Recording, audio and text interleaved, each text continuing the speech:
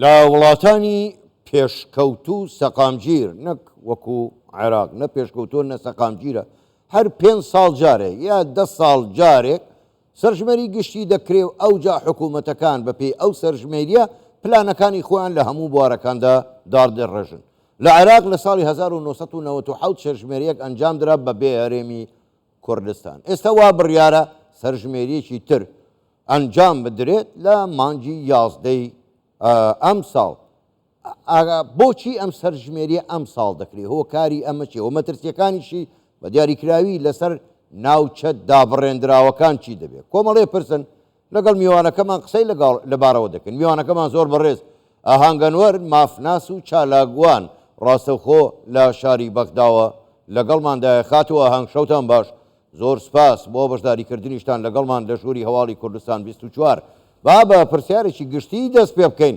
ئەرێ خێرە بۆچی ئەوە لە 1970ەوە سەرژمێری ئەنجام نەدراوە ئێستا چۆنە عێراق بە خەیاڵی داهاتووە سەرژمێری ئەنجام بدرێ؟ هۆکاری ئەمە چییە؟ بە بڕوای ئێوە هیچی لە پشتەوەیە؟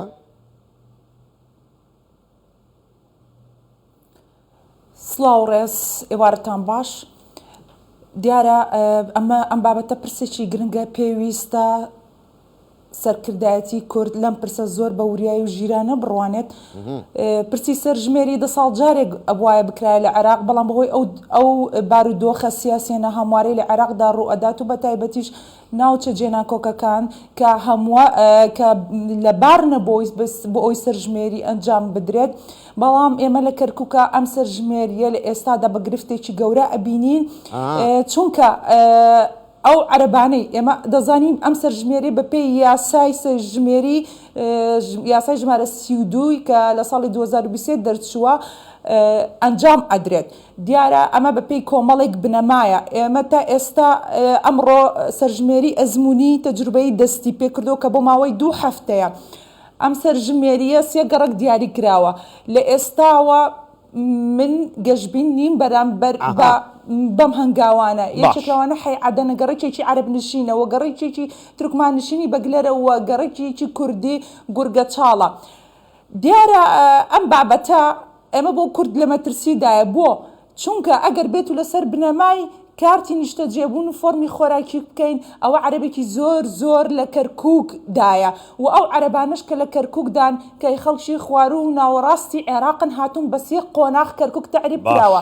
هەر لەو قۆناغەی کە لە سەردەمی ڕژێمی پێشوودا هاتوون عەرەبێکی زۆر هاتووە و لە دوای شەڕی داعشیشەوە نزیکەی 400,000 عەرەب هاتۆتە کەرکووکەوە و قۆناغێکی دیکەشی کە لە دوای 16 ئۆکتۆبەرەوە ئەم ڕێژەیە زیادی کردووە.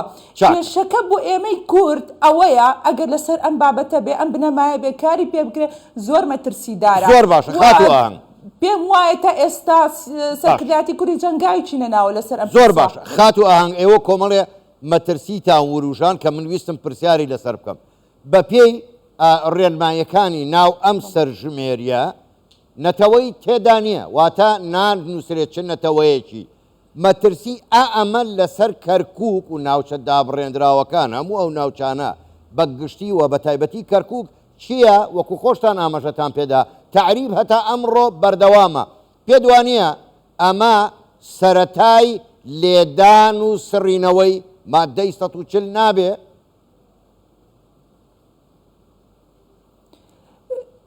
من ئەمە بەچەکێکی زۆر گەورە زۆر بەهێز ئەبینم کە دوژمن بەرامبەر بە کورد بەکاری بهێنێ چەکێکی مات و مەترسیدارە بۆ ڕاستە نەتەوەیتیانە بەڵام لە داهاتوودا ئەیکەن بە چەکێکی سیاسی بەهێز لە دژی کورد لە کەرکووکدا کە هەموو خاڵێک لە هەموو اتفاقێکدا لە هەموو پرۆسەیەکدا کە ئەڵێن پێویستە بەپێی ئیحسائی 2024 بێت ئەو کاتەش پرۆسەی دەنگدان کورد تێدا فەشە لەهێنێ پرسی دامەزراندنی کورد لە کەرکووک تێدا شکست دەهێنێ بۆ ڕاستە نەتەوەی تێدانە بەڵام لێرەدا لەم سەرژمێرێدا بە هەموو جۆرەکانەوە هەر عەرەب لە پێش کوردەوە ئەبێت باش کەواتە ئەمە خاڵێکی تر باشە خاتو ئاهەنگ کەواتە مەترسیەکە لەوێدایە نەک هەر بۆ کەرکووک بۆ هەرێمی کوردستانیش نەتەوەی تێدا نییە دوجار دەڵێن لە عێراقدا تەنها یەک نەتەوە هەیە،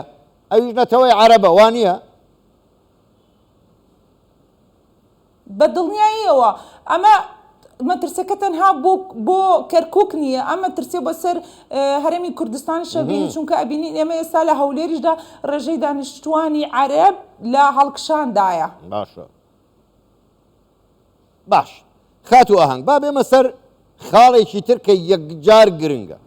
بۆ خۆت دەزانی لە ناوەڕاست و خوارووی عێراق ئێستا تەقینەوەیەکی نفوس هەیە، واتە بە بەردەوامی لەوێ ژمارەی دانیشتوان یەکجار زیادی کردووە، ئێستا سەر و 40 ملیۆنە بە پێچەوانەی هەرێمی کوردستانەوە.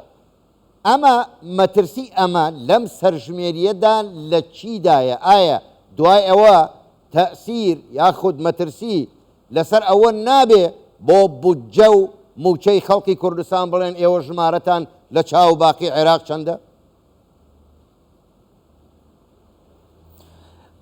بە دڵنیاییەوە ئەمە لە هەموو ڕێکەوە مەترسیدارە. ئێمە ئەبینین ئێستا ڕێژەی کورد ئەوە لە کەرکووک کەمتراوە، لە کوردستانیش من وای ئەبینم خەریکە بە ئاستێک عەرەب ڕوو لە کوردستانەکە ڕەنگە ڕۆ بێتە بگەین بە ڕۆژانێک هاوشانی ڕێژەی دانیشتوانی عەرەب هاوشانی ڕێژەی دانیشتوانی کورد بێ.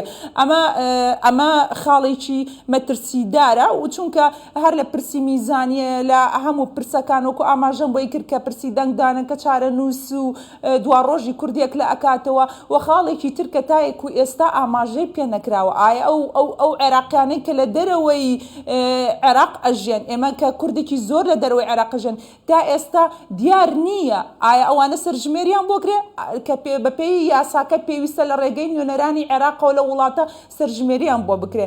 تا ئێستامە هیچ ڕوون نەکراوەتەوە و لە پێشچاو نییە. بەڵام ئەو مەترسیانی وەکو ئاماژەم پێ کرد لە کەرکووکدایە زۆر ترسناکە و سەرکردایەتی کورد لەی بێدەنگە، پێویستە پرسی کەرکووک زوو دراسە و تەحلیلاتی بۆ لەسەر بکرێ، چونکە ئەگەر بێتوە مە سەرکەوێ بەسەرمانە بە هیچ جۆرێک ناتوانین چارەسەری بکەین و لە دەستمان دەرچێت کە لە دەستیشمان دەرچوو ئیتر ناتوانین وەکو ئاماژەم پێ کرد.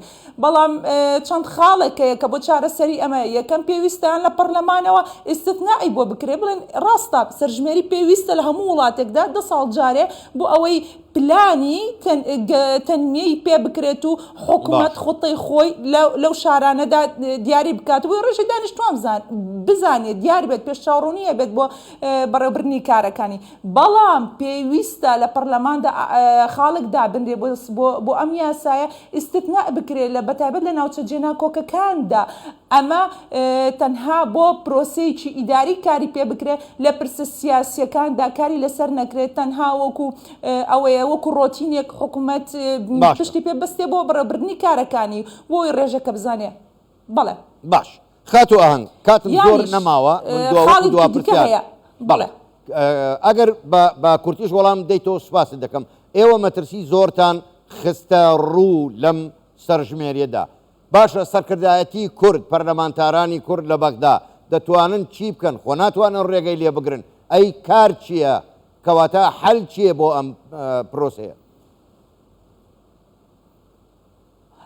وەکو ئاماژەم پێکرێمە دوو خاڵمانەیە. پەرلەمانتارانی کورد و بە تایبەتی نوێنەرانی ناوچە جێناکۆکەکان ئەتوان دوو خاڵ بخەنە پێشچاو، یان ئەوە تا لە ناوچە جێناکۆکاندا ئەم سەرژمێرێت تەنها دیاری بکرێت ئیستثنائێکە بێت تەنها بۆ پرسی تەنمیە و ڕۆتینی ئیداری بەکاربهێنرێ، واتە بە هیچ جۆرێک لە پرۆسەی سیاسیدا پشت بەم سەرژمێرێدا نەبەسترێت، و یانیش بگەڕێنەوە بۆ ئیحسائیەی 57 لە ئەوە مودەی سەرژمێرەکە درێژ بکرێتەوە تاوەکو ئەوانەی ئیحسایە 57 بتوانن لە ڕێگەی داری ئیحساوە شریتی ئیحساکانیان ڕابکێشنەوە. و خاڵی دیکەش هەیە، ئەو عەرەبانەی لە دوای 2023ەوە ڕویان کردوتە ناوچە جێناکۆکەکان بە هیچ جۆرێ هەژمار نەکەن لەم سەرژمێریەدا. زۆر باشە، دەست خۆش. ئەگەرچی پرسیار زۆر بوو ببوورە کاتمان هەرەوەندە بوو. زۆر بەڕێز ئاهەنگەنوەر مافناس و چالاگوان ڕاستەوخۆ لە شاری بەغداوە لەگەڵ ما بووی. سوپاس بۆ ئێوە، شەوتان باش.